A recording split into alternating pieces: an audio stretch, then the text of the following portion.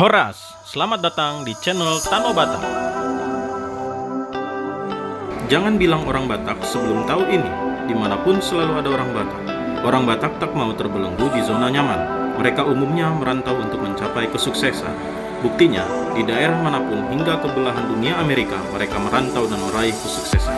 Ini bukti sebagian deretan putra-putri orang Batak yang berkarir di bidang hukum dan militer di Amerika Serikat.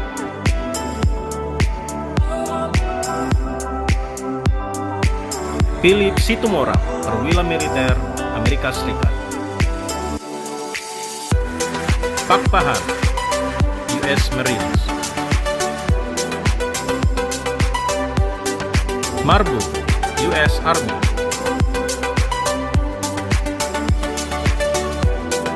Siregar, US Army.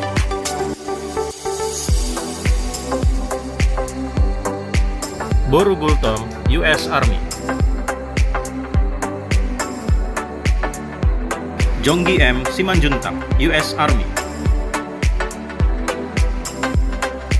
Marisa A. Hutabarat, Hakim, US. Terima kasih sudah menonton video ini.